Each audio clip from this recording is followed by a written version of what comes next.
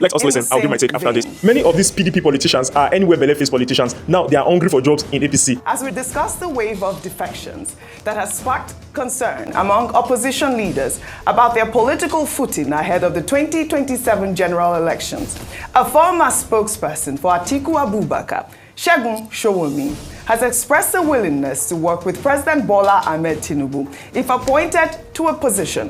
Sowunmi's comments come after he visited President Bola Ahmed Tinubu to celebrate the Eid al-Kabir festival, despite his previous strong criticism of the Tinubu administration, which included labeling the government as rudderless and accusing it of ethnic concentration and lopsidedness. Sowunmi expressed his admiration for Tinubu and his willingness to work with the president, stating that he will resign from the PDP if appointed to a position.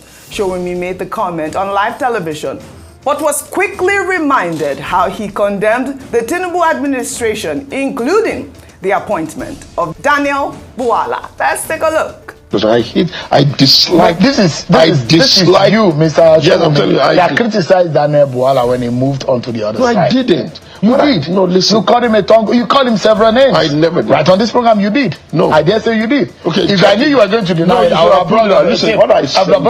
You criticized him. No. But I think you should apologize to him. No. But if you criticize Buala for working for Tinubu, and this is you talking so eloquently about Bola Tinubu, listen, you heavily I own my mouth, I own my words, I own my arguments. Does it look to you like betrayal of who? Of Atiku Abubakar? Is he you now taking sides? Is he running for president now? He's running a coalition which everybody knows I'm not part of. Daniel Buala, for example, you criticize him for moving to. If you go and look, you will find out that I didn't really. I will get it. You will check. I'll probably put it online. It doesn't matter. To remind you. You could. So, and Shehu definitely did get that video. Well, here is Sowunmi calling Daniel Buala a turncoat. Let's take a look. I find it extremely offensive on behalf of those of them who have been standing with the APC, standing with this party for so long, that suddenly a turncoat Buala is now the one that is getting pictures in the villa, getting pictures in front. Where is Ayo Yalowo, who crosses sword with me all the time? Where is Joe Igbokwe, who crosses sword with me all the time? Where is Al-Hawan? Al-Hassan, who crosses sword with me. These are men who have been just like me in PDP. And suddenly, it's Buala now that is eating breakfast in the villa. It's Buala that is eating breakfast in Paris. And you expect people to believe that you know what you're doing? All right.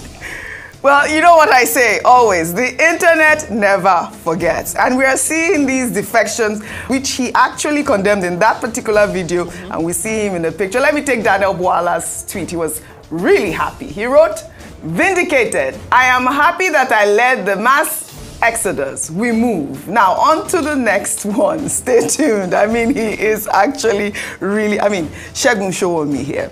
Our favorite. Okay, well, Segun's comments, Yes. well, clearly, this is journalism in action, Yes. because you heard Sean Okunbaloye say, well, when the shoe was on the other foot and you were condemning Daniel Buala, you said that this type of move, this type of exodus, this type of defection is wrong. And he denied it vehemently. And now we've all been able to see that actually he did say the same thing. And I do think that, as we've said many times, as you've said many times, as we've heard here, power is very addictive. Yes. Proximity to power is something that many people say that they can resist. But this is another example of someone not being able to resist the allure of the president. He said that he was paying some form of a visit to celebrate Salah, but as you said in the write-up there, he would be willing to work with the president if the president wanted him, and he would leave the PDP if the president wanted him. So perhaps he shouldn't be the person talking so much about other people. Perhaps he should put a muzzle on himself this time. Put a muzzle! I love that.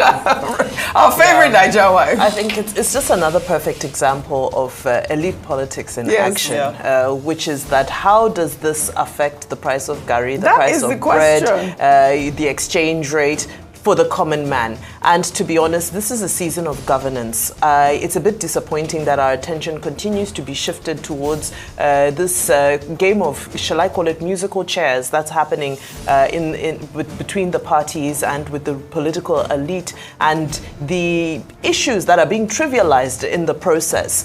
We speak of ideology in the world of politics, and unfortunately, we're not seeing any strong ideology. I think even last last week, several times actually, we've also spoken about the fact that the person that they're all, sort of falling over themselves to try and please and to get close to is somebody who actually stood his ground on ideological grounds, and he's somebody who stuck to his guns when he believed in something. He wasn't someone who would bend very easily and bow to whichever side for personal interest or for convenience at the time.